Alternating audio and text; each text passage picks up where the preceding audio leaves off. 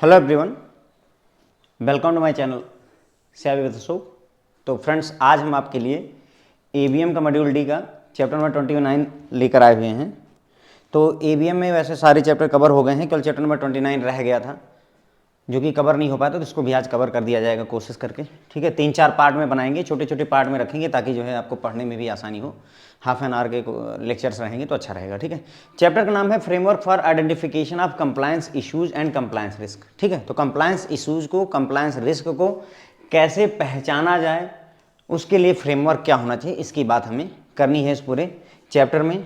इस particular lecture में बात करेंगे what are the different compliance issues faced by बैंकों के द्वारा जो कंप्लायंस इशू फेस किया जाता है वो क्या होता है, और साथ ही साथ में कंप्लायंस रिस्क क्या होता है, इसकी भी हम बात करेंगे इस लेक्चर में। ओके, तो बात क्लियर हो जाती है हमें।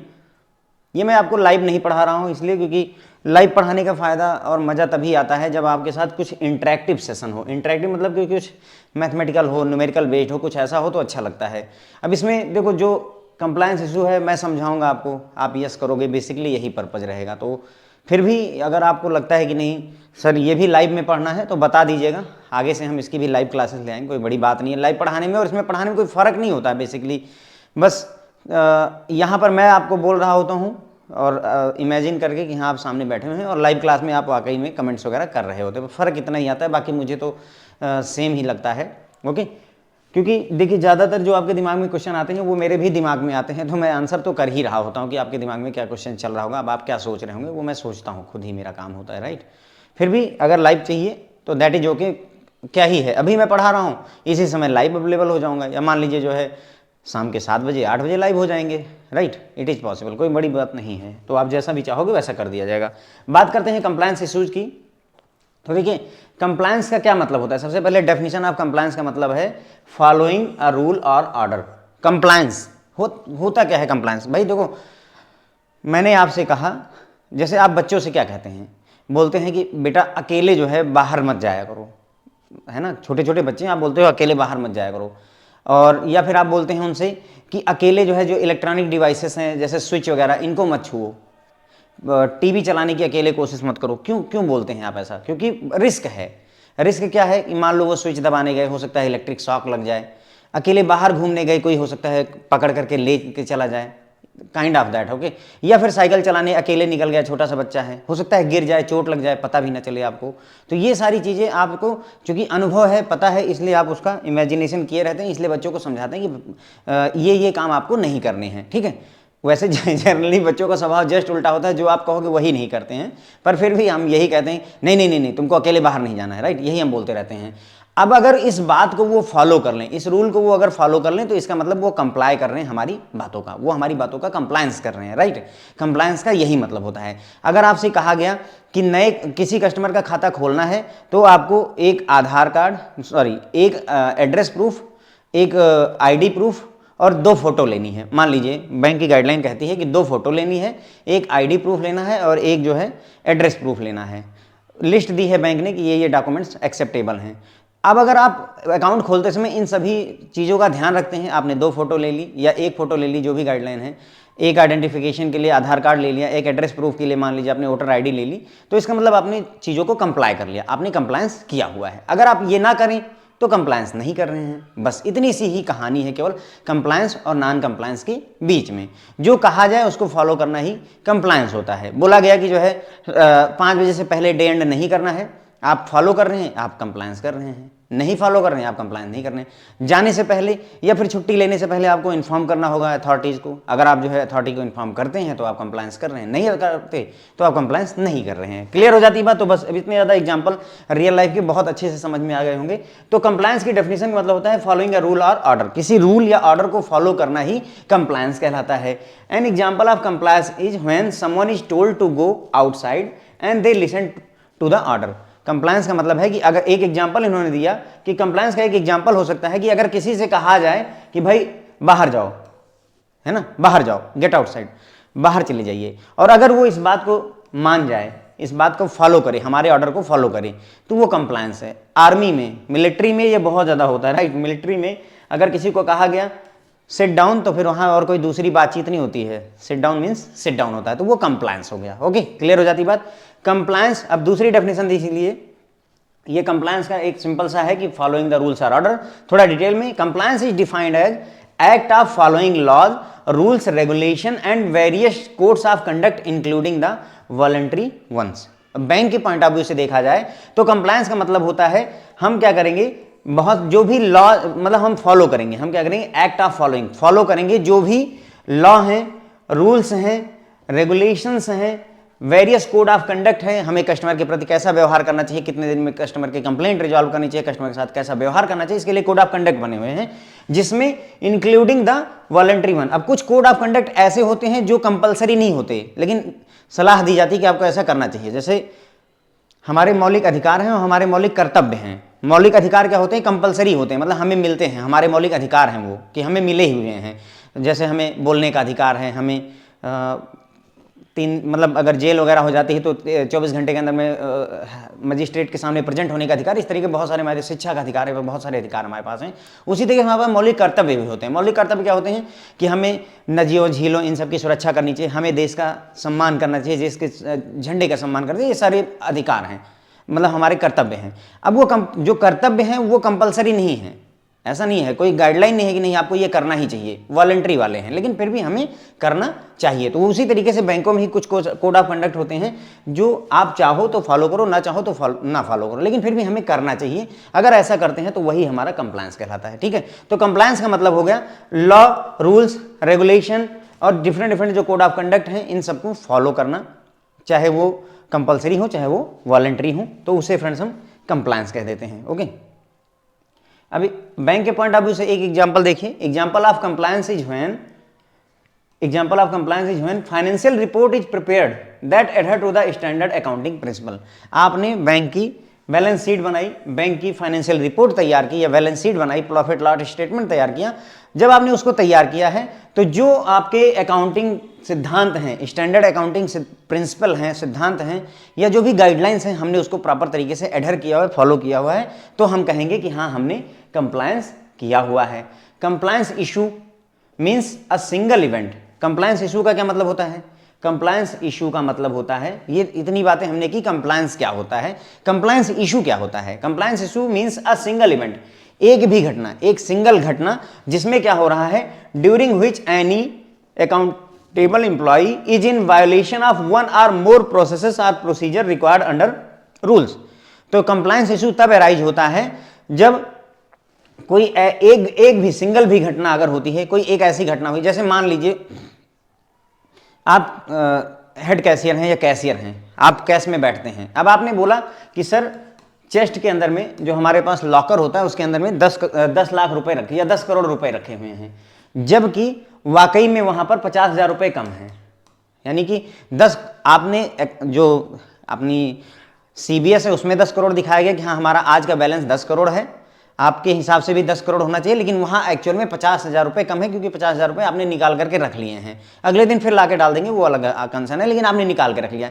तो ये क्या किया आपने, एक कंप्लायंस इशू यहाँ पर रेज कर दिया। तो कंप्लायंस इशू का मतलब हुआ एक सिंगल इवेंट जिसके दौरान कोई अकाउंटेबल एम्प्लॉय जो है, हमारे बैंक के जो एम्प्लॉय होते हैं अकाउंटेबल होते हैं, उनकी जिम्मेदारी होती है, हर चीज़ की जिम्मेदारी होती है।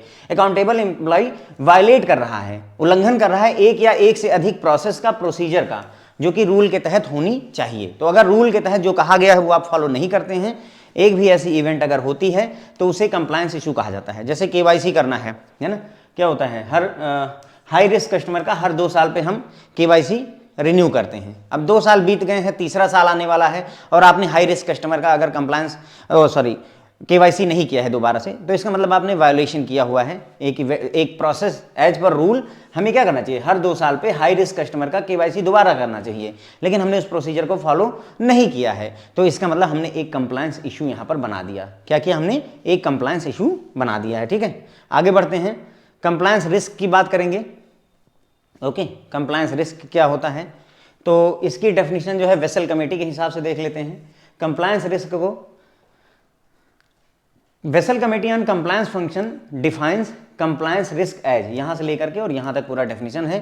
कंप्लायंस रिस्क क्या होता है, द रिस्क ऑफ लीगल और regulatory sanctions, material financial loss और loss to reputation a bank में suffer as a result of its failure to comply with the law, regulation, rules, related self-regulatory organization standard and codes of conduct applicable to its banking activity। ठीक है, तो अगर कोई bank fail कर जाता है क्या, जो भी लॉ है, रेगुलेशंस हैं, रूल्स हैं, या कोई सेल्फ रेगुलेटरी ऑर्गेनाइजेशन ने कोई स्टैंडर्ड बनाया है उसको फॉलो नहीं करते हैं, या जो बैंक के कोड ऑफ कंडक्ट हैं उनको फॉलो नहीं करता है, इसको कंप्लाई करने में अगर फेल हो जाता है तो उसकी वजह से कौन सा रिस्क राइज होता है, कंप्लायंस रिस्क राइज हो जाता है। ठीक है, बेसल कमेटी कहती है कि अब कंप्लायंस रिस्क की वजह से आपको क्या प्रॉब्लम होगी, रिस्क ऑफ लीगल और रेगुलेटरी सैंक्शंस, मतलब आपको लीगल इश्यूज हो सकते हैं, रेगुलेटरी इश्यूज हो सकते हैं, आपको फाइनेंशियल लॉस हो सकता है। मेटेरियल मतलब मेटेरियलाइज हो जाएगा, जैसे एक कहने की बात होती है कि हमें फाइनेंशियल लॉस हुआ, एक एक्चुअल में फाइनेंशियल लॉस हो गया। 10,000 रुपये आपकी जेब में थे, 9,000 रुपये या 10,000 चोरी हो गए, तो आपको जो फाइनेंशियल लॉस है मेटेरियलाइज हो गया। ओके, और इमेजिनेशन वाला नहीं, फाइनेंशियल लॉस एक्चुअल में हो गया। लॉस टू रेपुटेशन, या हो सकता है कि भाई बैंक की रेपुटेशन पर भी प्रभाव आ जाए। अ बैंक में suffer as a failure result to failure to comply with the laws.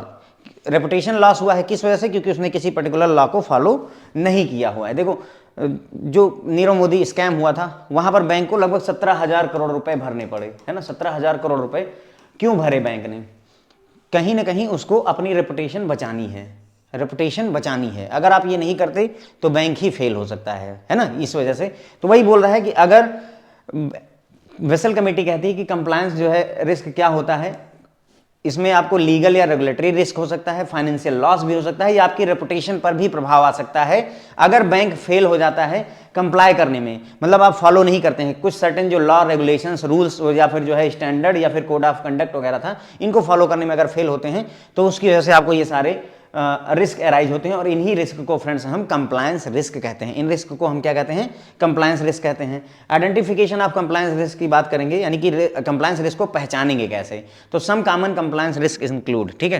तो कुछ कॉमन कंप्लायंस रिस्क कौन कौन से हैं, ये रही लिस्ट। कंप्लायंस रिस्क की आइडेंटिफिकेशन की हम बात करें, पहचानेंगे कैसे।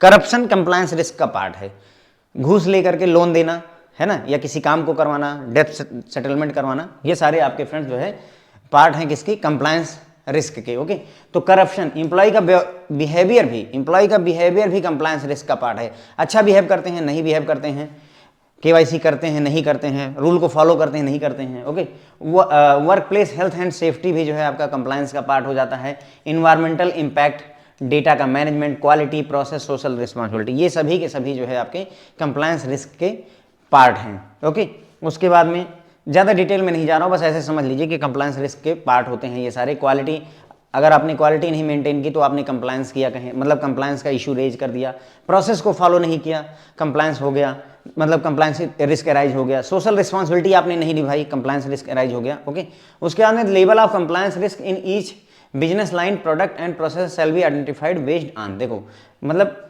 कंप्लायंस रिस्क का लेवल क्या है उसको हमें आइडेंटिफाई करना है हर एक बिजनेस लाइन में, हर एक प्रोडक्ट में, हर एक प्रोसेस में। किसके आधार पर, हम किसके आधार पर इसे पहचानेंगे कि कितना कंप्लायंस रिस्क है। रेगुलेटरी फोकस होना चाहिए, मतलब जो प्रोसेस है, जो सिस्टम है, जो हमारी बिजनेस लाइन है, उसमें रेगुलेटरी फोकस करके, रेगुलेशंस को फोकस करिए कि गाइडलाइन क्या कहती है, आरबीआई क्या कहता है, और उसी के आधार पर आप जो है इसको कंप्लायंस रिस्क का लेवल डिसाइड करेंगे। कस्टमर सर्विस एस्पेक्ट को भी ध्यान रख करके हम जो है देखेंगे कि हमारा जो कंप्लायंस रिस्क है उसका लेवल क्या है, पर्टिकुलर प्रोसेस में, पर्टिकुलर बिजनेस में, बिजनेस लाइन में, पर्टिकुलर प्रोडक्ट में, किसी प्रोडक्ट में कितना, किसी प्रोडक्ट को पकड़ लीजिए उसमें रेगुलेटरी फोकस पर ध्यान दीजिए, कस्टमर सर्विस एस्पेक्ट को ध्यान दीजिए, कंट्रोल एस्पेक्ट को ध्यान दीजिए, जो एक्टिविटी है उसका नेचर कैसा है, क्या उसमें हाई रिस्क तो नहीं है, इनहेरेंटली हाई रिस्क तो नहीं है, मतलब उसमें इन्वॉल्व है। जो भी प्रोडक्ट आप लेकर आ रहे हैं या फिर पहले से चला हुआ है उसमें जो आपने जो प्रोडक्ट आपका है, जो बिजनेस लाइन है, उसमें इनहेरेंट रिस्क तो नहीं, छिपा हुआ रिस्क तो पहले से मौजूद नहीं है। बैंक का एक्सपोजर टू इट, बैंक ने जो लोन वगैरह दिया, एक्सपोजर दिया हुआ है, उसकी क्या स्थिति है, उसके आधार पर हम डिसाइड करते हैं कि कंप्लायंस रिस्क का लेवल क्या है। मेटेरियलिटी, मेटेरियलाइज हो जाना, मतलब वही कि जो लोन दिया हुआ है उसका लॉस एक्चुअल में हो जाना। Any major breaches reported in the past history, क्या कोई मेजर इस तरीके का ब्रीच पहले भी रिपोर्ट हुआ है। तो अगर जैसे जो लेटर ऑफ क्रेडिट के केस में, नीरव मोदी वाला केस जो है पीएनबी का, लेटर ऑफ क्रेडिट के केस में हुआ था, तो यस यहाँ पर हो जाएगा हाँ मेजर ब्रीचेज इस तरीके के हमें पहले भी आए हुए हैं। इसका मतलब हम अब लेटर ऑफ क्रेडिट में या स्विफ्ट मैसेजेज में हम लेवल ऑफ कंप्लायंस रिस्क को ज़्यादा ऊपर रखेंगे इस तरीके से। ओके, पेनाल्टी इम्प्लीकेशंस, पहले कभी कोई पेनाल्टी वगैरह लगी उसका क्या प्रभाव रहा है, ये सारी चीज़ें हमें यहाँ पर ध्यान देने की जरूरत होती है। इसके आधार पर हम देखते हैं कि कंप्लायंस रिस्क का लेवल क्या है। ओके, उसके बाद में ये बोल रहे हैं कि जो बैंक है, मान लीजिए अगर कोई नया प्रोडक्ट लॉन्च करते हैं तो उसके लिए न्यू प्रोडक्ट अप्रूवल प्रोसेस आपको लाने की जरूरत है। Bank should put in place new product approval process. नए प्रोडक्ट को मार्केट में लॉन्च करने से पहले उसकी अप्रूवल प्रोसेस बनाइए, उसको कंप्लायंस और हर चीज से टेस्ट करिए, तब जाकर के लाइए। यही बात यहाँ पर बोली जा रही है। The compliance department through new product approval process, compliance department क्या करेगा, ये जो नई प्रोसेस आपने बनाई, नए प्रोडक्ट आने के लिए एक प्रोसेस बनाई हुई है, उस प्रोसेस के तहत shall ensure that compliance risk in all new product, जितने भी नए प्रोडक्ट हैं, जितनी भी नई प्रोसेस हैं, उनमें कंप्लायंस रिस्क को देखेगा। इंट्रोड्यूस्ड, जो भी मतलब कहने का इनका है, जो नए प्रोडक्ट या नई प्रोसेस इंट्रोड्यूस हो रही हैं उसमें कंप्लायंस रिस्क आप आइडेंटिफाई करते हैं, अप्रोप्रिएट रिस्क मिटिगेशन करते हैं in place before launching the same. आप नया प्रोडक्ट लॉन्च करें उसके पहले आप इंश्योर करेंगे। ठीक है, अब कहानी हो गई, ऐसे समझिए। पहली बात, ये बैंक को चाहिए कि कोई भी नया प्रोडक्ट या प्रोसेस लाने से पहले न्यू प्रोडक्ट अप्रूवल प्रोसेस लानी चाहिए। पहले अप्रूवल होगा तब जाके नया प्रोडक्ट आएगा। इसीलिए सरकारी तंत्र में चीज़ें थोड़ा डिले होती हैं, अचानक से ऐसे नहीं कि मन बनाया और प्रोडक्ट लॉन्च कर दिया, नहीं, पूरी प्रोसेस होगी। अब कंप्लायंस डिपार्टमेंट को जिम्मेदारी दी जाती है कि इससे पहले प्रोडक्ट मार्केट में आए, न्यू प्रोडक्ट अप्रूवल प्रोसेस के थ्रू आपको क्या करना है, जो भी नए प्रोडक्ट या नई प्रोसेस मार्केट में लॉन्च होने वाली हैं उसमें देखिए कि कंप्लायंस रिस्क कितना है, उसको आइडेंटिफाई करिए और अप्रोप्रिएट रिस्क को मिटिगेट करने के लिए, जो रिस्क हमें पता चला है उसको संभालने के लिए, उसको मिटिगेट करने के लिए, उसको कम करने के लिए, मिटिगेट करने मतलब कम करने के लिए, है ना, हम कुछ ना कुछ व्यवस्था यहाँ पर करेंगे, तब जाकर के हम उस नए प्रोडक्ट को, नई प्रोसेस को लॉन्च करेंगे, उसके पहले नहीं कर सकते। ओके, सुबह उठे मुंह धुला और प्रोडक्ट लॉन्च कर दिया, ऐसा नहीं करना है। The compliance officer shall be member of the new product approval committee of the bank. अब देखो, जो ये आपने न्यू प्रोडक्ट अप्रूवल प्रोसेस बनाई, इसकी कमेटी बनेगी, उस कमेटी में आपका चीफ कंप्लायंस ऑफिसर या कंप्लायंस ऑफिसर उसका मेंबर होना चाहिए। अगर उसको मेंबर आपने बनाया ही नहीं, भाई देखो, कंप्लायंस ऑफिसर अगर इस प्रोसेस का पार्ट है ही नहीं, इस कमेटी का पार्ट है ही नहीं, तो फिर कंप्लायंस डिपार्टमेंट ये इंश्योर कैसे करेगा कि जो नया प्रोडक्ट आ रहा है उसमें कितना रिस्क है और उसको कैसे मिटिगेट करेंगे, कैसे कम करेंगे, उसके बारे में बात कैसे की जाएगी। तो इसका पार्ट होना चाहिए। उसके बाद में आगे बढ़ते हैं। चीफ कंप्लायंस ऑफिसर को भी, चीफ कंप्लायंस ऑफिसर की जिम्मेदारी है कि chief compliance officer CCO shall necessarily be participant in quarterly informal discussion held with the RBI. अब जो चीफ कंप्लायंस ऑफिसर होता है उसको चाहिए कि जो आरबीआई के साथ में क्वार्टरली बेसिस पर इनफॉर्मल डिस्कशन होता है, फॉर्मल नहीं। फॉर्मल डिस्कशन मतलब पहले से एजेंडा सेट है, हर चीज़ क्लियर है कि हाँ ये बातें करनी है। इनफॉर्मल मतलब ऐसे भाईचारे में पहुंच गए और बातचीत कर ली। इनफॉर्मल जो मीटिंग होती है उसमें चीफ कंप्लायंस ऑफिसर को जरूर पार्टिसिपेट करना चाहिए। अब यहाँ से देखो, आईआईबीएफ जो खेला करेगा वो यही पूछेगा कि जो आरबीआई के साथ में जो इनफॉर्मल डिस्कशन होता है उसमें चीफ कंप्लायंस ऑफिसर को मेंबर होना चाहिए। ये मीटिंग की फ्रिक्वेंसी क्या है? अब देखो, खतरनाक सा क्वेश्चन है, पढ़ोगे, बहुत ध्यान दोगे तो ये कीवर्ड ध्यान आएगा, अदरवाइज जो है निपट जाएगा। और इसी तरीके से आईआईबीएफ जो है मतलब चीज़ों को डिफिकल्ट करता है। ठीक है, तो क्वार्टरली बेसिस पर इनफॉर्मल मीटिंग में सीसीओ को पार्टिसिपेट करना चाहिए, जो मीटिंग आरबीआई के साथ होती है। Okay, CCO shall continuously keep contact with the senior supervisory managers SSM RBI and team for issues related to compliance, regular reporting and submitting information if any. तो ये बोल रहे हैं कि आरबीआई में क्या होता है, एक एसएसएम बना हुआ है, सीनियर सुपरवाइजरी मैनेजर्स की एक टीम बनी हुई है आरबीआई के अंदर में। तो चीफ कंप्लायंस ऑफिसर को चाहिए कि ये जो है एसएसएम के साथ में कंटिन्यूअसली कांटेक्ट में रहे, ठीक है, ताकि उसे जो कंप्लायंस से रिलेटेड इश्यूज हैं उसके बारे में जानकारी मिलती रहे।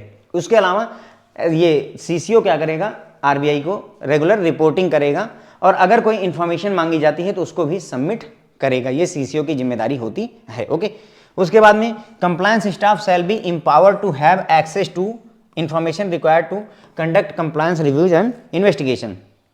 अब कंप्लायंस डिपार्टमेंट अपना रोल तभी अदा कर सकता है अच्छे से जब कंप्लायंस डिपार्टमेंट को मतलब भर की पावर मिली हुई हो कि वो किसी भी तरीके के कंप्लायंस इशू या इन्वेस्टिगेशन है तो उसकी छानबीन कर सके, है ना, छानबीन कर सके। किसी लोन में गलती हुई है और उसकी इन्वेस्टिगेशन करना है और पता चल रहा है कि सर वो तो चीफ लेवल की ब्रांच है, वो हमको छूने भी नहीं देंगे, ऐसा नहीं होना चाहिए। तो कंप्लायंस स्टाफ को पावर दी जानी चाहिए। ओके, इसीलिए जीएम रैंक के अधिकारी को यहाँ पर सीसीओ अपॉइंट किया जाता है और इसकी पावर इक्विवेलेंट टू एमडी कहीं ना कहीं होती है। अगर जरूरत पड़े तो एमडी से भी ये क्वेश्चन पूछ सकता है सीसीओ। वही बात कही जा रही कि जो कंप्लायंस स्टाफ उसको पावर दी जानी चाहिए और उसको एक्सेस होना चाहिए इन्फॉर्मेशन का, जो भी जानकारी वो मांगे वो मिलना चाहिए, फाइलें एक्सेसिबल होनी चाहिए। ये नहीं कि आप मना कर दोगे कि नहीं नहीं हम आपको जानकारी नहीं देंगे, ऐसा पॉसिबल नहीं होना चाहिए। तभी कंप्लायंस आपके बैंक में इंश्योर हो सकता है। जैसे बैंकों में ब्रांचों में कुछ ब्रांचें होती है जहां पर ऑडिटर साथ में बैठे होते हैं। अब ब्रांच कहती है कि ये बैठे ही रहते हैं हमेशा, जब देखो तब इनको कोई काम नहीं है, इधर मैं लोन शुरू करता हूँ उधर वो 8 जो है फॉर्मेलिटी मांग लेते हैं। भाई उसका काम है, उसको इसीलिए बिठाया ही गया है ताकि ये प्रॉब्लम ना। देखो कंप्लायंस बहुत जरूरी है। अगर बैंक कहता है कि अगर आपने सारी गाइडलाइंस को फॉलो किया है तो आप सेफ हैं, उसी गाइडलाइन को अगर आपसे थोड़ा बहुत चूक हो रही, उसी के लिए उसको ऑडिटर को बिठा करके रखा गया है। ओके, फिर भी गलतियां हो जाती हैं, इवन ऑडिटर से भी गलतियां हो जाती हैं, ऐसी कोई बड़ी बात नहीं है। Okay, staff accountability shall be examined for all compliance failure. ये बोल रहे हैं कि जितने भी कंप्लायंस के फेलियर होते हैं उनमें स्टाफ की जिम्मेदारी सेट की जानी चाहिए, अकाउंटेबिलिटी चेक की जानी चाहिए कि बंदा जिम्मेदार है या नहीं है। Moreover bank shall endeavour to design a suitable system to give due weightage to the record of compliance during performance appraisal of all staff member. अब ये बोलते हैं कि कंप्लायंस को बहुत अच्छे से इंप्लीमेंट करना चाहते हो तो जो परफॉर्मेंस अप्रेजल होती है, जब भी व्यक्ति का परफॉर्मेंस देखना है कि पूरे साल में कैसा काम किया हुआ है, पैफ बोलते हैं पीएनबी में। ओके, पैफ वगैरह जब डिसाइड हो रहा है तो वहाँ पर जो ये कंप्लायंस का जो रिकॉर्ड है,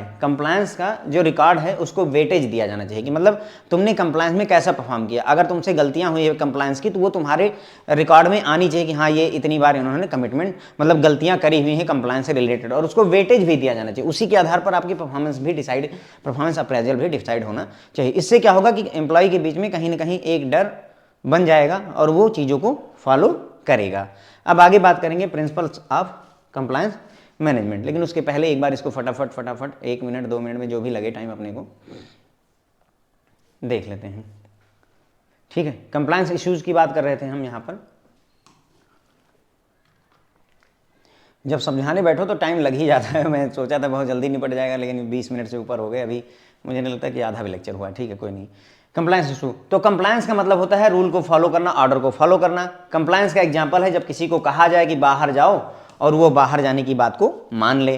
कंप्लायंस की अगर डेफिनेशन देखें तो जो भी रूल्स रेगुलेशंस हैं, लॉ है, रूल्स है, रेगुलेशंस है, कोड ऑफ कंडक्ट है, इन सबको फॉलो करना ही कंप्लायंस कहलाता है। कंप्लायंस का एग्जांपल अगर देखें बैंकिंग इंडस्ट्री में तो जब आपसे कहा जाए कि एक फाइनेंशियल रिपोर्ट बनानी है ना, या फिर जो है जो आप बैंक की फाइनेंशियल रिपोर्ट, बैलेंस शीट वगैरह बनाते हैं, बनाते समय आपने जो भी अकाउंटिंग स्टैंडर्ड है उनको अगर आपने फॉलो किया है तो हम कह सकते हैं कि आपने कंप्लायंस किया हुआ है। कंप्लायंस इशू का क्या मतलब होता है, ये सारी बातें कंप्लायंस थी। कंप्लायंस इशू का मतलब होता है कि कोई भी एक घटना जिसमें कोई आपके बैंक का एम्प्लॉय वायलेट कर रहा हो किसी रूल, रेगुलेशन या प्रोसीजर को कंप्लायंस से रिलेटेड, तो उसे ही हम कंप्लायंस इशू कहते हैं। ओके, फिर आती है बात कंप्लायंस रिस्क की। अब देखो अगर जैसे मैं ये पढ़ा रहा हूँ रिवीजन वाले में, ऐसे मैं आपको ओरिजिनली भी पढ़ा सकता हूँ लेकिन फिर वो ना समझ में थोड़ा कम आएगा। ओके, कंप्लायंस रिस्क की बात करें तो बेसल कमेटी ये कहती है कि कंप्लायंस रिस्क का मतलब होता है रिस्क ऑफ लीगल या रेगुलेटरी सैंक्शन, यानी आपको लीगल या रेगुलेटरी इशू हो सकता है, फाइनेंशियल लॉस एक्चुअल में हो सकता है, या आपकी रेपुटेशन पर लॉस हो सकता है, बैंक की रेपुटेशन पर भी आ सकता है। क्यों? क्योंकि बैंक फेल कर गया है कुछ सर्टेन लॉ, रेगुलेशंस, रूल्स या फिर जो है स्टैंडर्ड्स या फिर कोड ऑफ कंडक्ट को फॉलो करने से, अप्लाई करने से, तो उसे हम बोलते हैं कंप्लायंस रिस्क। कंप्लायंस रिस्क को आइडेंटिफाई करने के लिए तो कुछ कॉमन कंप्लायंस रिस्क जो है कौन कौन से हैं उसमें हमने बात की थी। करप्शन है आपका कंप्लायंस रिस्क है ये, ठीक है। करप्शन, एम्प्लॉय का behaviour, work place health and safety, environmental impact, data management, quality, process और सोशल रिस्पॉन्सिबिलिटी, ये सभी क्या है फ्रेंड्स हमारे कंप्लायंस रिस्क। ठीक है, कंप्लायंस रिस्क है ये। उसके बाद में किसी प्रोसेस में, किसी बिजनेस एक्टिविटी में, है ना, या फिर किसी प्रोडक्ट में कंप्लायंस का लेवल, कंप्लायंस रिस्क का लेवल क्या है उसको कैसे डिसाइड करते हैं, तो उसके लिए कुछ सर्टेन चीज़ें होती हैं, जैसे रेगुलेटरी फोकस को ध्यान दीजिए, कस्टमर सर्विस एस्पेक्ट को, कंट्रोल एस्पेक्ट को, जो एक्टिविटी है उसका नेचर कैसा है, यानी उसमें हाई रिस्क पहले से इन्वॉल्व तो नहीं है, बैंक ने जो एक्सपोजर लिया है, जो लोन दिया है उस एक्टिविटी में उसकी मेटेरियलिटी तो नहीं हो जाएगी, मतलब हमें ज़्यादा लॉस तो नहीं होगा, क्या पहले कोई ऐसे ब्रीच इस तरीके कोई घटना हुई है या नहीं हुई, इन सभी चीज़ों को, पेनाल्टी जो लगी है उसका क्या स्थिति रही, ये सारी चीज़ों को ध्यान रख करके हम डिसाइड करते हैं कि कंप्लायंस का लेवल क्या रहेगा या कंप्लायंस रिस्क का लेवल क्या है किसी पर्टिकुलर प्रोडक्ट में। उसके बाद में इन्होंने कहा नए प्रोडक्ट के बारे में कि अगर मान लो आप नया प्रोडक्ट बनाते हैं, ठीक है, ये बोल रहे हैं कि मान लो अगर आप नया प्रोडक्ट बनाते हैं तो आपको ध्यान रखना चाहिए कुछ सर्टेन बातों का। आपको पहली बात डायरेक्ट प्रोडक्ट नहीं लॉन्च करना है, बल्कि न्यू प्रोडक्ट अप्रूवल प्रोसेस लगानी चाहिए। उसके लिए बल्कि आपको न्यू प्रोडक्ट अप्रूवल कमेटी बना देनी चाहिए। उस कमेटी में कंप्लायंस ऑफिसर को भी पार्ट बनाइए, ठीक है। और वो कंप्लायंस ऑफिसर या कंप्लायंस डिपार्टमेंट इंश्योर करेगा कि जो भी नया प्रोडक्ट या फिर जो है नई प्रोसेस लॉन्च हो रही है, उसके लॉन्च होने से पहले उसमें जो भी कंप्लायंस रिस्क हैं उसको आइडेंटिफाई किया जाए और उसको कम करने के लिए, मिटिगेट करने के लिए अप्रोप्रिएट स्टेप्स उठाए जाने चाहिए, ठीक है, बिफोर लॉन्चिंग द सेम। नया प्रोडक्ट लॉन्च करने से पहले हमें ये चीज़ें करनी चाहिए। उसके बाद उन्होंने कहा कि चीफ कंप्लायंस ऑफिसर क्या क्या करेगा। तो चीफ कंप्लायंस ऑफिसर को बोला गया कि जो आरबीआई के साथ में इनफॉर्मल डिस्कशन होता है क्वार्टरली बेसिस में, उसमें जरूर वो पार्टिसिपेट करे, ताकि उसको पता चल सके कि कंप्लायंस के क्षेत्र में क्या चल रहा है। उसके बाद में सीसीओ को चाहिए कि वो एसएसएम, आरबीआई के पास जो टीम होती है सीनियर सुपरवाइजरी मैनेजर्स की, एसएसएम, उसके साथ में कॉन्टैक्ट में रहे, ठीक है, और अगर ताकि उसे कंप्लायंस रिलेटेड इश्यूज के बारे में जानकारी मिले। साथ ही साथ में अगर जो जरूर कोई रिपोर्टिंग करनी है आरबीआई को, तो रिपोर्टिंग भी करेगा, और कोई इन्फॉर्मेशन अगर जरूरत पड़े मांगी जाए तो उसको भी इसे देना होगा। कंप्लायंस स्टाफ को पर्याप्त पावर मिली हुई होनी चाहिए, ताकि उसको जितनी भी जानकारी, इन्फॉर्मेशन का एक्सेस चाहिए वो मिल सके। ऐसा नहीं कि आप मना कर देंगे कि कोई एक्सेस नहीं मिलेगा, ऐसा नहीं कर सकते, ओके। ताकि वो जो कंप्लायंस से रिलेटेड रिव्यू या इन्वेस्टिगेशन बैठी हुई है उसको अच्छे से पूरा कर सके। अगर आप जानकारी नहीं देंगे, सोचिए पुलिस आए आपके घर में और आप उसको अपने घर के अंदर नहीं आने देंगे, तो वो इन्वेस्टिगेशन कैसे करेगी। ठीक उसी तरीके से कंप्लायंस डिपार्टमेंट भी अंदर में ऐसे ही काम करता है। स्टाफ की अकाउंटेबिलिटी सेट की जानी चाहिए।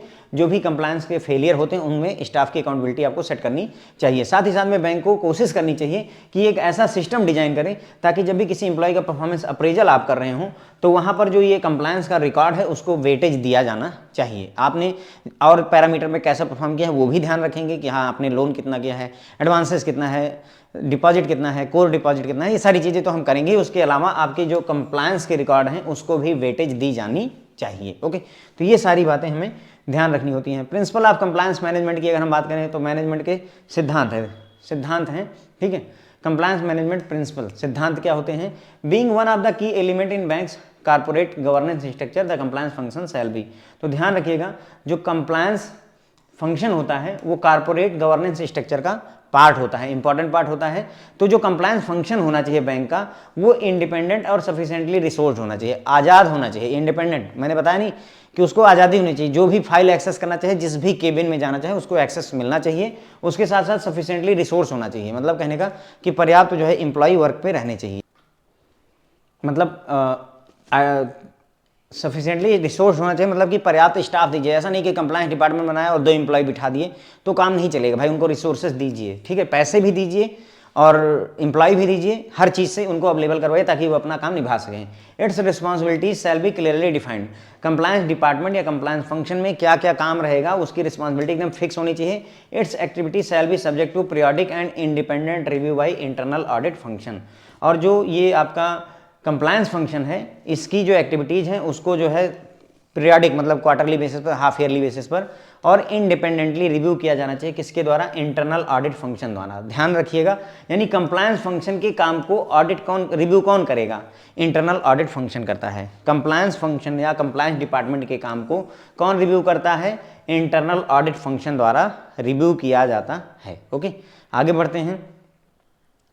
Compliance function shall be regarded as core risk management activity within the bank and shall not be outsourced। जो compliance function होता है या compliance department होता है फ्रेंड्स, उसे core risk management activity माना जाना चाहिए, यानी कि ये risk management activity का ही पार्ट है compliance function, ठीक है। ध्यान रखिएगा, ये कहीं ना कहीं रिस्क है। देखो अगर कंप्लायंस नहीं किया तो रिस्क अराइज हो जाएगा। ओके, तो कोर रिस्क मैनेजमेंट एक्टिविटी का पार्ट होता है विद इन द बैंक और सेल नॉट बी आउटसोर्स। तो इसलिए इसे आउटसोर्स नहीं किया जाता। आउटसोर्सिंग आप समझते ही होंगे, जैसे जो आपका काम है उसको किसी और को दे देना। बैंक में बहुत सारे काम आउटसोर्स रहते हैं, जैसे कंप्यूटर की रिपेयरिंग। कंप्यूटर की रिपेयर, अगर आपका कंप्यूटर खराब होता है तो कोई थर्ड पार्टी, कोई बाहर से इंजीनियर आकर के ठीक करता है, हम लोग उसे ठीक नहीं करते हैं, तो उस काम को हम दे सकते हैं। लेकिन अगर आप कंप्लायंस की बात करें कि कंप्लायंस मैनेजमेंट या कंप्लायंस फंक्शन को, कंप्लायंस डिपार्टमेंट का काम हम किसी बाहरी व्यक्ति को सौंप दें तो वो नहीं किया जाना चाहिए। तो हो सकता है कि क्वेश्चन ये पूछ ले कि क्या कंप्लायंस डिपार्टमेंट के काम को आउटसोर्स किया सकता है? तो नहीं किया सकता है। ध्यान रखेंगे, हम कंप्लायंस के काम को आउटसोर्स नहीं कर सकते हैं। कंप्लायंस रिस्क मैनेजमेंट फंक्शन की अब हम बात करेंगे। Okay, compliance risk management function, compliance risk management function. Earlier compliance was documented and met requirements found and resolve issues. मतलब थोड़ा लैंग्वेज वैसे लिखते हैं, पहले क्या होता था कि कंप्लायंस को इतना ज़्यादा सीरियसली नहीं लिया जाता था, कंप्लायंस को डॉक्यूमेंट किया जाता था और जो भी ज़रूरतें होती थी उसको पूरा कर दिया जाता था। जो भी इशूज़ कंप्लायंस के पाए जाते थे उनको रिजॉल्व कर दिया जाता था। बस यही था, मतलब कि शुरू हुआ ख़त्म हुआ। ये प्रॉब्लम हुई, जैसे छत टपक रही है, ठीक है, टपक रही है, मिस्त्री को बुलाया, ठीक करवा लिया।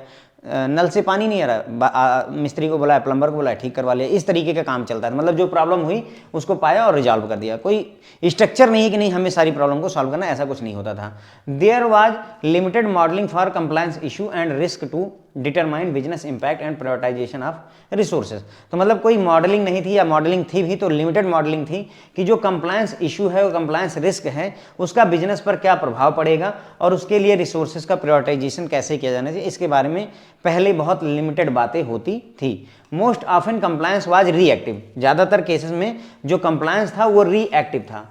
एक होता है प्रोएक्टिव, कोई घटना होने से पहले रोकना, एक होता है रिएक्टिव, हो जाने दो फिर देखेंगे। जैसे बोलते नहीं कि बारात आई हुई है, खाना खत्म हो रहा है, ठीक है, हो रहा है तो खत्म हो जाने दो, फिर देखेंगे, जब खत्म हो जाएगा तब देखेंगे। तो ये रिएक्टिव अप्रोच होती है। ओके, प्रोएक्टिव होती है कि नहीं, अभी लगभग 200 लोग खाने के लिए बाकी हैं और खाना जो है 100 लोगों के लिए ही है, तो हमें फिर से बनाना शुरू करना होगा या बताना होगा मिस्त्री को, हलवाई को, कि भाई जल्दी जल्दी कर लो, ठीक है। तो वो प्रोएक्टिव अप्रोच होती है। तो कंप्लायंस यहाँ पर कैसा था फ्रेंड्स, हमारा कंप्लायंस जो है रिएक्टिव था, मतलब पहले इवेंट हो जाए और फिर काम कर दें।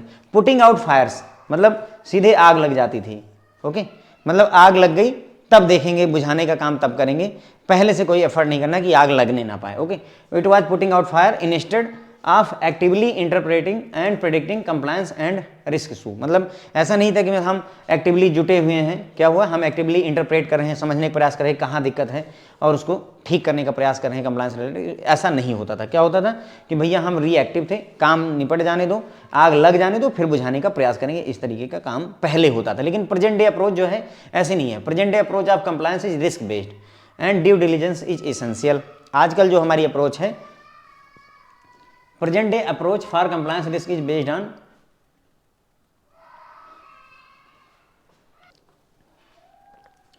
तो ये बोला जा रहा है कि आजकल जो अप्रोच है पहले जैसा नहीं रहा, रिएक्टिव नहीं रह गए, हम प्रोएक्टिव हो गए हैं। तो आजकल approach for compliance is risk based. अब हम रिस्क को ध्यान में रखते हुए और ड्यू डिलिजेंस भी करते हैं। ड्यू डिलिजेंस मतलब बहुत ध्यान से काम करना। ओके, जैसे किसी कस्टमर का खाता खोल रहे हैं तो वहाँ ड्यू डिलिजेंस करने की जरूरत होती है, सावधानी बरतने की जरूरत होती है, तो वहाँ वो ये भी हम यहाँ पर करते हैं। ड्यू डिलिजेंस कब कहा जाएगा? Due diligence is when an organisation is able to demonstrate that it had been duly diligent in meeting its obligations through developing, implementing and maintaining a management system। तो कोई भी ऑर्गेनाइजेशन ये कहा जाएगा कि ड्यू डिलिजेंस कर रही है अगर उसने कोई ऐसा मैनेजमेंट सिस्टम, MIS बोलते हैं ना, मैनेजमेंट इंफॉर्मेशन सिस्टम बनाया हुआ है, जिसकी सहायता से वो क्या कर रहे हैं, उन्होंने एक डेवलप किया हुआ है, इंप्लीमेंट किया हुआ है और मेंटेन किया हुआ है एक मैनेजमेंट सिस्टम, इंफॉर्मेशन सिस्टम, यानी कि एक कंप्यूटराइज सिस्टम डेवलप किया हुआ है, जिसकी सहायता से आप ड्यू डिलिजेंस कर पा रहे हैं। कुल मिला करके कहने मतलब हुआ कि हर एक एक्टिविटी को हम नोट कर रहे हैं, सिस्टम पर चढ़ा रहे हैं, उसके अप्रोप्रिएट एक्शन ले रहे हैं, केवल फॉर्मेलिटी नहीं हो रही है। Following points are critical to providing this due diligence. तो ड्यू डिलिजेंस के लिए कौन कौन से पॉइंट इंपॉर्टेंट होते हैं? तो देखिए, जो हमारा सिस्टम होना चाहिए, system must be effective and not paper and legalistic system. System जो होना चाहिए वो प्रभावी होना चाहिए, इफेक्टिव होना चाहिए, ना कि कागजी कार्रवाई आपने कर दी है, कागजों में बस चला हुआ है, हाँ ठीक है हम कंप्लायंस कर रहे हैं, ऐसा नहीं होना चाहिए। ना ही लीगलिस्टिक, मतलब लीगल सिस्टम में बझा पड़ा है कि हाँ बस कानूनी प्रक्रिया में हम फंसे पड़े हैं। System that emphasise result not process. System ऐसा होना चाहिए जो रिजल्ट पर ध्यान दे, ना कि पूरी प्रोसेस पे। हमें अल्टीमेटली क्या है, मुझे लखनऊ जाना है, मान लीजिए मुझे दिल्ली जाना है, तो मुझे दिल्ली पहुंचना मेन है। कैसे जाएंगे, टिकट करवाना है, सामान पैक करना है, उसके बाद में फ्लाइट पकड़नी है, ट्रेन से जाना है, वो सारी चीज़ें नहीं ध्यान देने की जरूरत है। अल्टीमेटली हमें रिजल्ट पर ध्यान देना चाहिए। जो भी सिस्टम हम बनाएंगे वो किस पर ध्यान देगा? रिजल्ट पर। System of procedure that are in place and working. System क्या होता है? सिस्टम प्रोसीजर होते हैं जो कि काम पे लगाए गए हैं, आर इन प्लेस मतलब रखे गए हैं, अपना काम कर रहे हैं। सिस्टम क्या होता है? एक प्रोसीजर होता है जिसकी सहायता से हम ये कंप्लायंस रिस्क को आइडेंटिफाई करते हैं, उसको मिटिगेट करते हैं। एंड वर्किंग प्रोसीजर, इसमें सिस्टम में वर्किंग प्रोसीजर होना चाहिए जो कि ये बताएगा कि स्टाफ को क्या करना चाहिए, कंप्लायंस के लिए क्या क्या करना चाहिए। इसके बाद में essential ingredients of due diligence. Due diligence में क्या क्या चीज़ें होनी चाहिए? हमने बात की ना कि ड्यू डिलिजेंस भी करना होता है। तो ड्यू डिलिजेंस में यानी कि जब हम सावधानी बरतेंगे तो वहाँ पर क्या क्या चीज़ें ध्यान रखेंगे? रियल कमिटमेंट टू कंप्लायंस, हमारा कमिटमेंट होना चाहिए। असली कमिटमेंट हो जाए कि हमें कंप्लायंस करना है। हर एक एम्प्लॉय अपनी जिम्मेदारी को समझेगा कि हाँ मुझे कंप्लायंस करना है। कल्चर इन बिजनेस, बिजनेस में ही मतलब हमारे कल्चर में होना चाहिए, हमारे खून में एक तरीके से होना चाहिए कि हाँ हमें कंप्लायंस करना है। Proactive culture that is not just about lip service, यानी कि हमारा प्रोएक्टिव कल्चर है, हम पहले से ही एक्टिवली इन्वॉल्व हैं कंप्लायंस करने में, सिर्फ लिप सर्विस नहीं, बस मुंह से बोल दिया और काम हो गया, ऐसा नहीं होना चाहिए। Consistent and effective enforcement, discipline होना चाहिए, इन्वेस्टिगेटिव होना चाहिए, करेक्टिव और प्रिवेंटिव एक्शन लिए जाने चाहिए। जो हमारा कंप्लायंस करने का सिस्टम होना चाहिए उसमें हम कंसिस्टेंट रहें, इफेक्टिव रहें, ठीक है, उसको इफेक्टिवली इन्फोर्स करें, लागू करें। यानी कहने मतलब हुआ कि हम डिसिप्लिन को फॉलो करेंगे, हम इन्वेस्टिगेट करेंगे, अगर गलतियां होंगी तो करेक्शंस करेंगे, प्रिवेंट करने का प्रयास करेंगे, उसके लिए एक्शन लेंगे। Full and effective reporting and action on reports, ठीक है, फुल और इफेक्टिव रिपोर्टिंग होनी चाहिए और रिपोर्ट्स पर एक्शन होना चाहिए। जो भी कंप्लायंस रिलेटेड रिपोर्ट आती हैं उस पर हमें एक्शन भी लेना है, सिर्फ रिपोर्टें बन जाने से काम नहीं है। किसी ने कहा कि जो है सर इस ब्रांच का सीसीटीवी नहीं चल रहा है, तो अगर ब्रांच का सीसीटीवी नहीं चल रहा है तो हमें कंप्लायंस करना होगा, उसको ठीक करवाना होगा। नहीं, ऐसा नहीं कि रिपोर्ट बन गई कि हाँ इन ब्रांचेस के सीसीटीवी नहीं चल रहे हैं और बस उस पर कुछ किया नहीं गया, ऐसा नहीं होना चाहिए। मेकिंग सफिशिएंट रिसोर्सेज अवेलेबल, पर्याप्त रिसोर्स दीजिए भाई, पर्याप्त रिसोर्स के बगैर में ड्यू डिलीजेंस संभव नहीं है। जैसे आपकी ब्रांच में 20 लाख कस्टमर हैं, उनका सबका केवाईसी करना है, सोचो 20 लाख का केवाईसी करने के लिए क्या रिसोर्सेज के बगैर संभव है। Be satisfied that system actually work, audits, monitor and inspect, आपको सेटिस्फाइड होना चाहिए कि हाँ जो सिस्टम आपने बनाया हुआ है वो एक्चुअली काम करता है। उसके लिए हम क्या कर सकते हैं, ऑडिट कर सकते हैं, लगातार मॉनिटर कर सकते हैं और इंस्पेक्शन भी कर सकते हैं। इससे हमें पता चलता है कि हाँ सिस्टम चल रहा है। Identify and assess requirement they impact your business, मतलब हमें आइडेंटिफाई करना होगा, एसेस करना होगा उन रिक्वायरमेंट्स को जो हमारे बिजनेस को प्रभावित करती हैं। अगर आपने अपने बिजनेस को आउटसोर्स कर रखा है या कॉन्ट्रैक्ट पर लोगों को रखा हुआ है, किसी काम को कॉन्ट्रैक्ट पर दिया हुआ है, ठीक है, आउटसोर्सिंग या कॉन्ट्रैक्ट ऑब्लिगेशन है, तो उसके लिए रिक्वायर्ड प्रोटोकॉल, स्टैंडर्ड और मॉनिटरिंग होनी चाहिए। अगर जैसे बीसी एजेंट होते हैं, है ना, बिजनेस करस्पॉन्डेंट होते हैं, इनके ऊपर हमें प्रॉपर स्टैंडर्ड मेंटेन होना चाहिए और मॉनिटरिंग की जानी चाहिए। Identify, analyse, analysis of risk exposure and manage control, ठीक है, तो हमें आइडेंटिफाई करना होगा, रिस्क एक्सपोजर को एनालाइज करना होगा और उसको कंट्रोल करने के लिए, मैनेज करने के लिए भी अप्रोप्रिएट एक्शन लेने होंगे। Measure, assess, level of compliance, compliance का लेवल क्या है, इसको मेजर करना चाहिए या एसेस करना चाहिए, मूल्यांकन करना चाहिए। Compliance risk management function can be detailed as under, उसके पहले ये देख लेते हैं दोबारा से। तो यहां पर हमने बात की थी प्रिंसिपल ऑफ कंप्लायंस मैनेजमेंट की। तो मैंने आपको बताया कि बैंक के कॉर्पोरेट गवर्नेंस स्ट्रक्चर का एक इंपॉर्टेंट पार्ट होता है क्या, कंप्लायंस डिपार्टमेंट या कंप्लायंस फंक्शन। तो ऐसे में कंप्लायंस फंक्शन कैसा होना चाहिए, इंडिपेंडेंट होना चाहिए, आज़ाद होना चाहिए, सफिशिएंटली रिसोर्स होना चाहिए। अब देखो यहाँ से ये 3 जो पॉइंट हैं, इसमें एक और डी पॉइंट रख करके आपको क्वेश्चन बनाया जा सकता है कि व्हिच ऑफ द फॉलोइंग, है ना, is not the principle of compliance function, ये पूछ सकते हैं। तो ये 3 ऑप्शन देंगे और चौथा एक और डाल देंगे, तो ध्यान रखिएगा। इंडिपेंडेंट, सफिशिएंटली रिसोर्स होना चाहिए, इसमें रिस्पॉन्सिबिलिटी क्लियरली डिफाइंड होनी चाहिए, किसको क्या करना है, और एक्टिविटी जो होनी चाहिए उसका पीरियडिकली रिव्यू किया जाना चाहिए, किसके द्वारा, इंटरनल ऑडिट फंक्शन के द्वारा, ठीक है। उसके बाद में आ जाता है आगे, यहाँ पर कंप्लायंस फंक्शन जो है उसको ये माना जाना चाहिए कि ये रिस्क मैनेजमेंट एक्टिविटी का कोर पार्ट है। ओके, कंप्लायंस फंक्शन को रिस्क मैनेजमेंट एक्टिविटी का मुख्य भाग माना जाना चाहिए, कोर पार्ट माना जाना चाहिए, और with in bank and shall not be outsourced, bank के अंदर, मतलब बैंक में इसको कोर रिस्क मैनेजमेंट का कोर पार्ट माना जाना चाहिए, किसको, कंप्लायंस फंक्शन को, और इसे आउटसोर्स नहीं किया जाना चाहिए, किसी थर्ड पार्टी को नहीं दिया जाना चाहिए। फिर हमने बात की कंप्लायंस रिस्क मैनेजमेंट फंक्शन की, तो पहले क्या था और अब क्या है इसको हम पहले देखेंगे। तो पहले क्या था कि पहले कंप्लायंस में डॉक्यूमेंटेशन किया जाता था और जो जानकारी मिलती थी कि हाँ ये गड़बड़ है उसको ठीक किया जाता था, जो भी एरर कंप्लायंस से इश्यूज पाए जाते थे उनको रिजॉल्व कर दिया जाता था।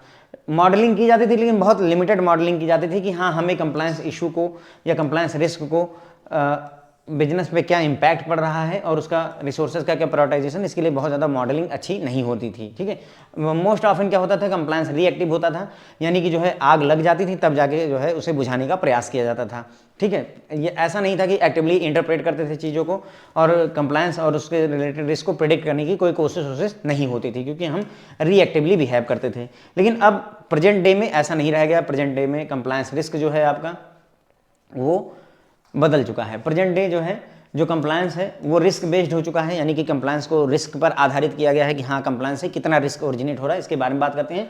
और ड्यू डिलीजेंस भी जो है जरूरी होता है सावधानी बरतना भी जरूरी है। ड्यू डिलीजेंस कब कहेंगे? जब बैंक ने एक ऐसा सिस्टम डेवलप किया है, इंप्लीमेंट किया और मेंटेन किया है जिसकी सहायता से हम ये देख सके कि हाँ डिलीजेंट हैं, हम ध्यान रख रहे हैं चीज़ों को, प्रयास कर रहे हैं ओके ऑर्गेनाइजेशन के अंदर में। मतलब जो भी कंप्लायंस से रिलेटेड इश्यूज हैं उसका एक बाकायदा सॉफ्टवेयर बना हुआ है, उसमें चीज़ों को नोट डाउन किया जा रहा है। फॉलोइंग कुछ क्रिटिकल पॉइंट्स हैं जो है ड्यू डिलीजेंस के लिए। तो पहली बात, जो आप सिस्टम बनाएंगे वो इफेक्टिव होना चाहिए, सिर्फ जो है पेपर और कागजी कार्रवाई और लीगलिस्टिक नहीं होना चाहिए। सिस्टम को जोर दिया जाना चाहिए किस पर? रिजल्ट पर, ना कि प्रोसेस पर। जो सिस्टम बनाए आप जो है डिलीजेंस के लिए, वो प्रोसेस पर ना ध्यान देके रिजल्ट पर ध्यान देगा, ठीक है। उसके बाद में सिस्टम क्या होता है? सिस्टम जो है प्रोसीजर होते हैं जो कि पुट किए जाते हैं इन प्लेस, अपने काम पर लगाए जाते हैं, और साथ ही साथ में वर्किंग प्रोसीजर जो है आउटलाइन करेगा कि स्टाफ को क्या क्या जिम्मेदारियां निभानी होती हैं। कुछ ड्यू डिलीजेंस के लिए कुछ इसेंशियल इंग्रेडिएंट्स होते हैं, कुछ इंपॉर्टेंट तत्व होते हैं, एक तरीके से कह सकते हैं ओके। तो इसेंशियल इंग्रेडिएंट्स में रियल कमिटमेंट होना चाहिए कंप्लायंस के लिए, ठीक है। ड्यू डिलीजेंस के लिए क्या क्या चीज़ें जरूरी होती हैं? तो ड्यू मतलब रियल कमिटमेंट, स्टाफ का कमिटमेंट एक्चुअल में होना चाहिए, लिप सर्विस नहीं होनी चाहिए, केवल बातों में ही नहीं बल्कि हमारे बिजनेस के कल्चर में कंप्लायंस होना चाहिए। कंसिस्टेंट एंड इफेक्टिव इन्फोर्समेंट होना चाहिए, जो भी कंप्लायंस है उसको जो है हम अच्छे तरीके से लागू करें, डिसिप्लिन को फॉलो करें, इन्वेस्टिगेट करें, और करेक्टिव और प्रोएक्टिव एक्शंस हम लें, प्रिवेंटिव एक्शंस हम लेंगे। मतलब कहने का, हम इन्वेस्टिगेट करेंगे, हम जानने का प्रयास करेंगे गड़बड़ कहाँ पर हो रही है, डिसिप्लिन को फॉलो करेंगे, उसको करेक्ट करने का या प्रिवेंट करने का प्रयास करेंगे। फुल एंड इफेक्टिव रिपोर्टिंग होनी चाहिए और उन रिपोर्ट्स पर एक्शन होना चाहिए, ठीक है। तो रिपोर्टिंग होनी चाहिए बराबर तरीके से, फुल पूरी तरह से रिपोर्टिंग करेंगे अच्छी, है ना, कोई चीज़ छोड़ेंगे नहीं, और उस पर एक्शन भी इनिशिएट करेंगे। सफिशिएंट स्टाफ अवेलेबल होना चाहिए, रिसोर्स अवेलेबल होना चाहिए। इस रिसोर्स मतलब सिर्फ स्टाफ ही नहीं होता है, पैसे भी अवेलेबल होने चाहिए, इंफ्रास्ट्रक्चर भी अवेलेबल होना चाहिए ओके। हमें सेटिस्फाइड होना चाहिए कि जो सिस्टम हमने बनाया है वो एक्चुअली वर्क कर रहा है, उसमें ऑडिट कर सकते हैं, मॉनिटरिंग कर सकते हैं, इंस्पेक्ट कर सकते हैं, इसकी सहायता से हम देख सकते हैं कि हाँ सिस्टम सही चल रहा है या नहीं चल रहा है। आइडेंटिफाई एंड एसेस करना होता है requirement as they impact your business. वो जो एक्टिविटीज़ हैं वो हमारे बिजनेस को अगर प्रभावित कर रही है तो उसको आइडेंटिफाई और एसेस करना जरूरी है। अगर आपने कोई चीज़ आउटसोर्स कर रखी है या कॉन्ट्रैक्ट पर लोगों को रखा हुआ है या काम पर रखा हुआ है, तो उस केस में हमें स्टैंडर्ड मेंटेन करने की, बनाने की और मॉनिटर करने की जरूरत होती है। Identify analyse risk exposure and manage control. हमें आइडेंटिफाई करना होता है रिस्क एक्सपोजर को। Measure assess level of compliance, हमें लेवल ऑफ कंप्लायंस को भी मेजर करना चाहिए, तब हम मानेंगे कि हाँ आपने ड्यू डिलीजेंस किया हुआ है। Complete risk management function can be detailed and under, ठीक है। तो हम यहाँ पर कंप्लीट रिस्क मैनेजमेंट फंक्शन को डिटेल कर सकते हैं। On a proactive basis to identify, document and assess the compliance risk associated with the bank's business activities including development of new product and business practices, the proposed establishment of new type of business or customer relationship or material changes in the nature of such relationship. तो देखिए बोल रहे हैं कि मतलब risk management function की एक proactive basis पर हमें बनाना होता है। ऑन प्रोएक्टिव बेसिस यानी कि हम पहले से ही एक्टिव हैं, कोई घटना हो उससे पहले ही हम सावधान हो जाते हैं, पहचानेंगे, डॉक्यूमेंट करेंगे, मूल्यांकन करेंगे कंप्लायंस रिस्क का। किसका? कंप्लायंस रिस्क को पहचानेंगे, डॉक्यूमेंट करेंगे, एसेस करेंगे, जो भी बैंक के बिजनेस एक्टिविटी से जुड़ा हुआ है, जिसमें नए प्रोडक्ट का, नए बिजनेस प्रैक्टिस का डेवलपमेंट, ठीक है, या फिर कोई नए टाइप का अगर आप बिजनेस लेना चाहते हैं, कस्टमर रिलेशनशिप बिल्ड करना चाहते हैं, या कोई मटेरियल चेंजेस कर रहे हैं इस तरीके के रिलेशनशिप में, तो उन सभी जगहों पर नया प्रोडक्ट बना रहे हैं, नया बिजनेस लाइन ला रहे हैं, नई कस्टमर के साथ रिलेशनशिप इस्टेब्लिश कर रहे हैं, या फिर जो आपका रिलेशनशिप है उसके नेचर में चेंजेस ला रहे हैं, तो इन सभी में हमें ज़रूरत होती है फ्रेंड्स, किस चीज़ की? हमें ज़रूरत होती है ये देखने की कि कंप्लायंस रिस्क कितना है। टू असिस्ट एंड एडवाइज, अब यानी कि कंप्लायंस रिस्क डिपार्टमेंट की एक जिम्मेदारी होगी कि to assist and advise all committee on operations related to integrity and reputational issues including among others checking on borrowing clients, project sponsors and other partner upon request। तो department क्या करेगा? सभी जितनी भी कमेटी हैं उनको सलाह देगा, किस बारे में? इंटीग्रिटी के बारे में, रेपुटेशन इश्यूज से रिलेटेड, कंप्लायंस के रेपुटेशन इश्यूज से रिलेटेड। अगर कोई नया क्लाइंट हमसे जुड़ रहा है, कोई प्रोजेक्ट हम स्पॉन्सर कर रहे हैं, कोई नए पार्टनर वगैरह अगर हमसे जुड़ रहे हैं, तो उन सब के बारे में हम कंप्लायंस की बात करेंगे okay. Under the guidance of CMD, CMD के गाइडेंस में the head of internal audit and compliance department shall lead and coordinate investigation into alleged unsatisfactory conduct or misconduct of bank employee and consultants and where appropriate recommend disciplinary or corrective action। तो ये बोल रहे हैं कि मतलब CMD के guidance में, किसके? चीफ मैनेजिंग डायरेक्टर के जो आपके हेड होते हैं बैंक के, CMD के गाइडेंस में जो head of internal audit and compliance department का हेड होगा, वो जितने भी अगर किसी भी एम्प्लॉय के ऊपर जो है ये आया हुआ है कि उसने मिसकंडक्ट किया हुआ है या उसने अनसेटिस्फैक्ट्री कंडक्ट किया हुआ है, कोई एलिगेशन लगी हुई है, कोई है ना मिसबिहेव का या कि करप्शन का, इस तरीके का अगर कुछ लगा हुआ है उसके ऊपर इल्ज़ाम, तो उसकी इन्वेस्टिगेशन को लीड करेगा ये जो हेड है internal audit and compliance department का। और जहां ज़रूरत पड़ेगी वहां पर वो या तो उसके लिए अगेंस्ट डिसिप्लिनरी या करेक्टिव एक्शन भी रिकमेंड करेगा कि हाँ इनको सस्पेंड किया जाना चाहिए, इनको डिमोट किया जाना चाहिए, इस तरीके की बातें करेगा ये, ठीक है। To deal with and lead and coordinate investigation into cases of alleged corruption, money laundering, terrorist financing and complaint receive with regard to the bank finance operation. तो कंप्लायंस डिपार्टमेंट यहाँ पर क्या करेगा, जो भी इन्वेस्टिगेशंस हैं उनको लीड करेगा, कोऑर्डिनेट करेगा। अगर कोई करप्शन का एलिगेशन लगा हुआ है, मनी लॉन्ड्रिंग का एलिगेशन है, टेररिस्ट एक्टिविटी का या टेररिस्ट फाइनेंसिंग का एलिगेशन है, इल्ज़ाम लगा हुआ है, या कोई कंप्लेंट रिसीव हुई है जिसमें बैंक ने जिस चीज़ के लिए फाइनेंस दिया हुआ है उसका सही से यूज नहीं हो रहा है या फिर टेररिस्ट एक्टिविटी वगैरह में यूज हो रहा है, तो उन सब पर भी इन्वेस्टिगेशन का काम करेगा कंप्लायंस फंक्शन आपका। Okay, to consider ways to measure compliance risk and use such measurement to enhance compliance risk assessment, यानी कि हम कोई ना कोई जो है तरीका ढूंढेंगे। Be consider ways to ensure compliance risk, sorry measure compliance risk, यानी कंप्लायंस रिस्क को मूल्यांकन करने के लिए, मापने के लिए हम कुछ ना कुछ तरीके लाएंगे। And use such measurement to enhance compliance risk assessment, और इन तरीकों का यूज करके हम क्या करेंगे, कंप्लायंस रिस्क असेसमेंट को इनहेंस करेंगे, बढ़ाएंगे। Okay, to ascertain compliance with the provision of bank code of conduct, to review and propose amendments to the bank's code of conduct and other policies and procedure as necessary to reflect ethical standard in all areas। तो compliance department ensure करेगा कि जो भी compliance हो रहे हैं हमारे bank के कोड ऑफ कंडक्ट के प्रोविजंस, जो भी हमारे पहले से ही हमारे पास जो बैंक के कोड ऑफ कंडक्ट हैं, क्या हम उनका कंप्लायंस कर रहे हैं या नहीं कर रहे हैं, और अगर हम कर रहे हैं तो हम साथ ही साथ में कंप्लायंस डिपार्टमेंट प्रपोज करेगा अगर कोई अमेंडमेंट, कोई चेंजेस करने की जरूरत है बैंक के कोड ऑफ कंडक्ट में, या कोई और पॉलिसी प्रोसीजर पहले से चला रहा है जिसमें अगर कंप्लायंस डिपार्टमेंट को लगता है इसमें चेंजेस की जरूरत है तो उसके लिए सजेशन भी देगा, ताकि हम जो इथिकल स्टैंडर्ड है उसको फॉलो कर सकें, एक ऐसा स्टैंडर्ड मेंटेन करें अपनी पॉलिसीज वगैरह को इंप्रूव करके जो सभी के लिए बेहतर रहे।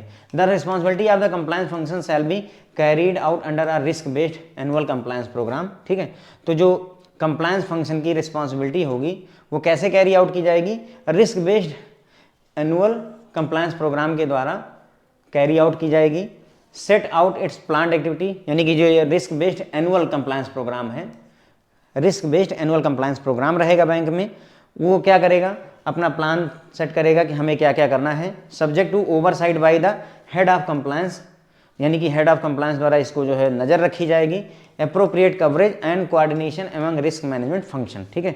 और ये भी इंश्योर किया जाएगा कि जो रिस्क मैनेजमेंट फंक्शन है उनके बीच में पर्याप्त जो है कोऑर्डिनेशन वगैरह मौजूद है। ओके, तो ये कह रहे हैं कि कंप्लायंस फंक्शन की रिस्पॉन्सिबिलिटी होगी कि वो एक risk based annual compliance programme बनाएगा जिसमें वो अपनी प्लान्ड एक्टिविटीज़ बताएगा कि हम क्या क्या पूरे साल में करने वाले हैं। इसको हेड कौन करेगा, इसको जो है ओवरसाइट, इसके ऊपर नज़र कौन रखेगा, हेड ऑफ कंप्लायंस डिपार्टमेंट रखेगा।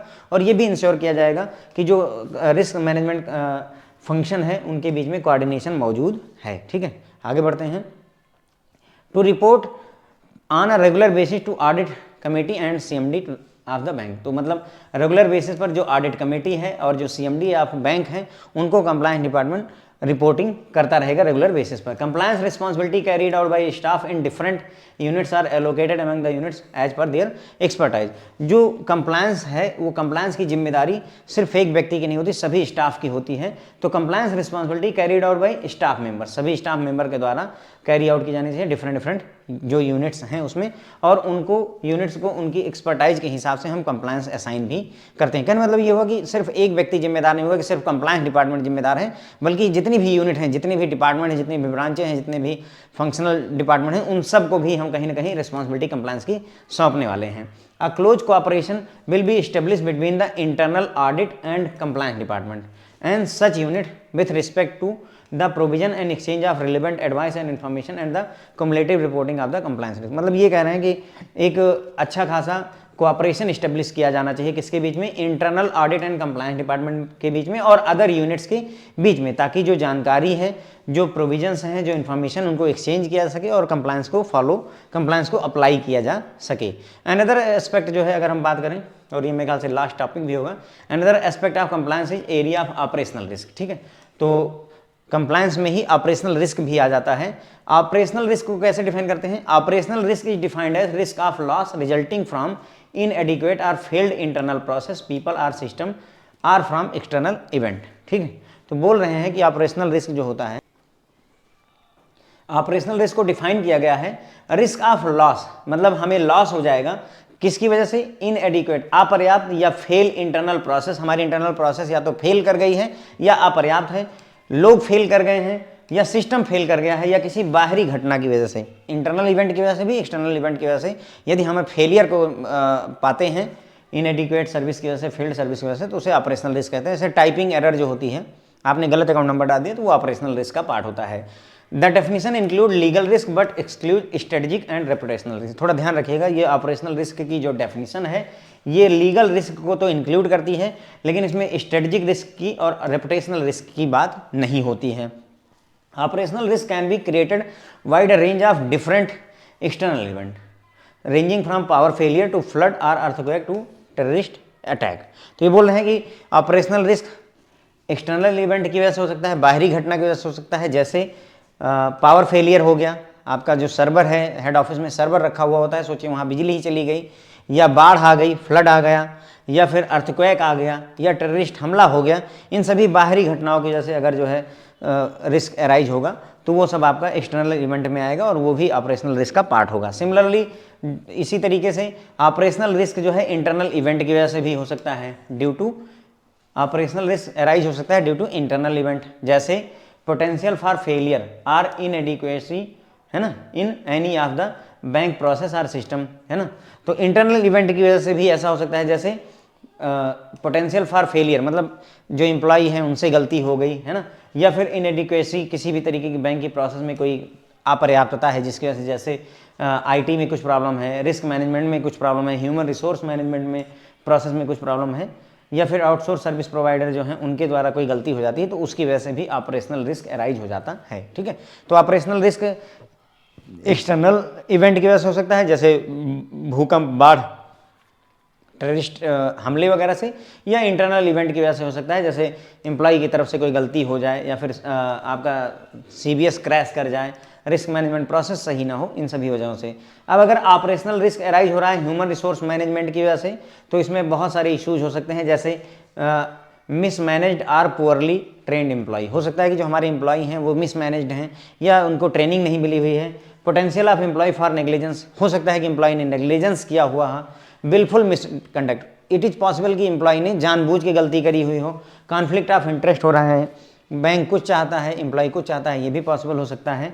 फ्रॉड हो सकता है, या फिर ऐसी किसी भी घटना की वजह से एक्सटर्नल मतलब आपका ऑपरेशनल रिस्क अराइज हो सकता है। ओके, देयरफॉर इसलिए हम कह सकते हैं द इमरजेंस ऑफ मिसट्रस्ट, अगर मिसट्रस्ट इमर्ज हो रहा है, यानी मिसट्रस्ट बढ़ रहा है, फेलियर टू कम्युनिकेट, आपस में बातचीत नहीं हो रही है, मोरल, एम्प्लॉय का मोरल डाउन है, या cynicism among the staff member एक दूसरे के प्रति ईर्ष्या रख रहे हैं, as well as increase turnover of staff, या फिर ये संभव है कि ज़्यादा से ज़्यादा एम्प्लॉय छोड़कर जा रहे हैं, फिर नए आ रहे हैं, जा रहे हैं, आ रहे हैं। टर्नओवर का यही मतलब होता है कि लोग नौकरी से रिजाइन कर रहे हैं और नए लोग ज्वाइन कर रहे हैं।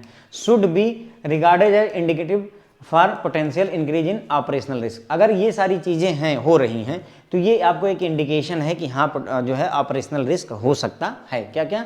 मिसट्रस्ट, आपस में भरोसा खत्म हो रहा है एम्प्लॉय का, कम्युनिकेट नहीं करना चाहते हैं, उनका मोरल डाउन है, वो आपस में एक दूसरे से ईर्ष्या रखते हैं, एक दूसरे का मजा उड़ाते हैं, कमेंट करते हैं। ओके, या फिर स्टाफ मेंबर नौकरी छोड़कर जा रहे हैं, नए ज्वाइन कर रहे हैं, ये सारी चीज़ें इंडिकेट करती हैं कि हाँ ऑपरेशनल रिस्क हमारा बढ़ने वाला है।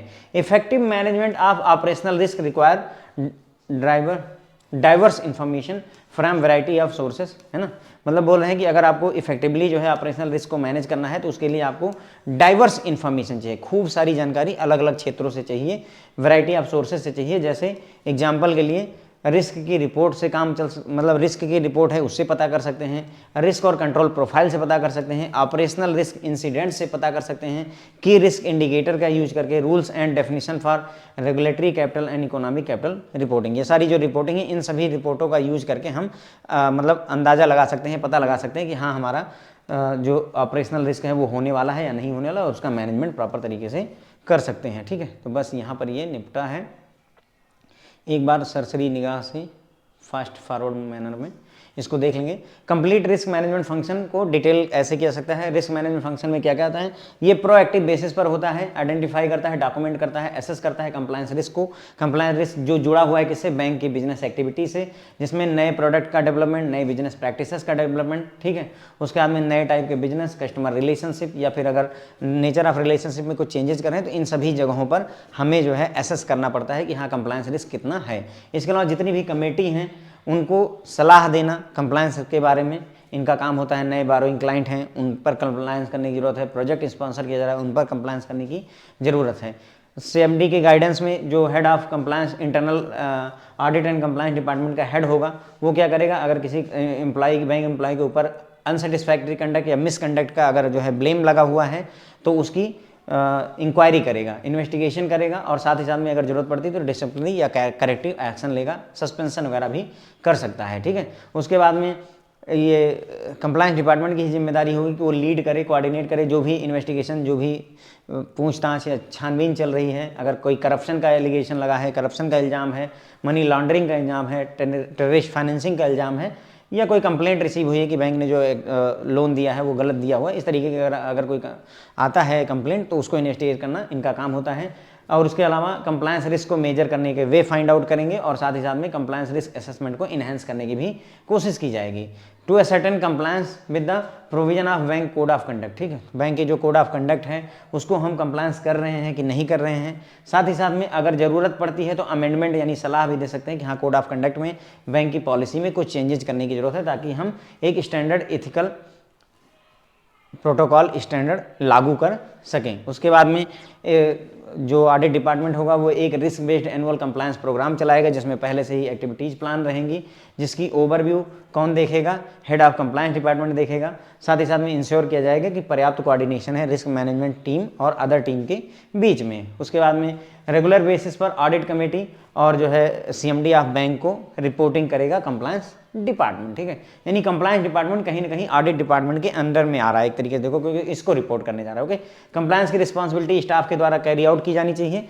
और जिसकी जैसे एक्सपर्टाइज है उस हिसाब से उसको कंप्लायंस एलोकेट किया जाना चाहिए। ठीक है, उसके बाद में एक क्लोज कोऑपरेशन इस्टेब्लिश किया जाना चाहिए किसके बीच में, इंटरनल ऑडिट और कंप्लायंस डिपार्टमेंट के बीच में और अदर जो डिपार्टमेंट है उनके बीच में, ताकि जो रिलेवेंट इन्फॉर्मेशन उनको एक्सचेंज किया जा सके। अनदर एस्पेक्ट की अगर हम बात करें तो ऑपरेशनल रिस्क भी जो है आपका कंप्लायंस रिस्क का ही पार्ट होता है। ऑपरेशनल रिस्क को डिफाइन किया गया है रिस्क ऑफ लॉस, क्योंकि कोई इनएडिक्वेट या फेल्ड इंटरनल प्रोसेस है या पीपल या सिस्टम है या किसी एक्सटर्नल इवेंट की वजह से अगर फेलियर हो जाता है या इनएडिक्वेसी रहती है तो उसे ऑपरेशनल रिस्क कहते हैं। ऑपरेशनल रिस्क की डेफिनेशन में लीगल रिस्क इंक्लूड होता है, लेकिन स्ट्रेटेजिक और रेपुटेशनल रिस्क इंक्लूड नहीं होता है। ऑपरेशनल रिस्क एक्सटर्नल इवेंट की वजह से हो सकता है, जैसे बिजली का चला जाना, पावर फेलियर, बाढ़ आ जाना, भूकंप आ जाना, टेररिस्ट अटैक हो जाना। इंटरनल इवेंट की वजह से भी जो है आपका ऑपरेशनल रिस्क हो सकता है, जैसे कोई potential to failure or inadequacy in any of the bank process, bank की कोई प्रोसेस उसमें पर्याप्तता नहीं है ना, तो उस केस में जैसे IT, risk management, human resource management process, इन सब में कहीं फेलियर होगा एम्प्लॉय के द्वारा। मैंने बोला ना, टाइपिंग में भी एरर आपका कंप्लायंस एरर में ही, ऑपरेशनल रिस्क में ही आती है। ओके, ऑपरेशनल रिस्क अगर ह्यूमन रिसोर्सेज की वजह से हो रहा है तो कई कारणों से हो सकता है, जैसे जो आपके पास एम्प्लॉय हैं वो मिसमैनेज्ड हैं, या पोअरली ट्रेंड एम्प्लॉय आपके पास में हैं, या एम्प्लॉय जो है उनके अंदर नेग्लिजेंस है, या जानबूझ के वो गलतियां कर रहे हैं, या उनका इंटरेस्ट कॉन्फ्लिक्ट कर रहा है बैंक के साथ में, फ्रॉड हो गया है, इस तरीके की चीज़ें हो सकती हैं। इसलिए अगर आपको कभी ऐसा लगे कि जो एम्प्लॉय हैं आपके उनके बीच मिसट्रस्ट बढ़ रहा है, या वो कम्युनिकेट नहीं करना चाहते हैं, या उनका मोरल डाउन है, या आपस में कमेंट वगैरह ज़्यादा कर रहे हैं, तो इससे ये, या एम्प्लॉय नौकरी छोड़कर जा रहे हैं, नए लोग, टर्नओवर बहुत बढ़ रहा है, एट्रिशन रेट बढ़ रहा है, तो ये सारी चीज़ें इंडिकेट करती हैं कि हमारा ऑपरेशनल रिस्क कहीं ना कहीं बढ़ने वाला है। अगर आपको ऑपरेशनल रिस्क को इफेक्टिवली मैनेज करना है तो उसके लिए आपको ढेर सारी इन्फॉर्मेशन डिफरेंट सोर्सेज से चाहिए होगी। जैसे रिस्क की रिपोर्ट का यूज कर सकते हैं, रिस्क एंड कंट्रोल प्रोफाइल का यूज कर सकते हैं, ऑपरेशनल रिस्क इंसिडेंट्स का यूज कर सकते हैं, की रिस्क इंडिकेटर का यूज कर सकते हैं, rule and definitions of regulatory capital, ये सारी चीज़ें यूज करके हम अच्छे तरीके से ऑपरेशनल रिस्क को मैनेज कर सकते हैं। ठीक है, तो मैंने सोचा तो था आधे घंटे के लिए, लेकिन हम ऑलमोस्ट जो है 1 घंटे लग गया है। ठीक है, कोई नहीं, चलिए हमने समझा, चीज़ों को डिटेल में बात की। ऐसा नहीं है कि बस पढ़ा और उड़ गया, ऐसा नहीं है, मैंने आपको समझाया, बेहतर तरीके से समझाया है। उम्मीद है आपको समझ में आएगा। Thank you so much friends.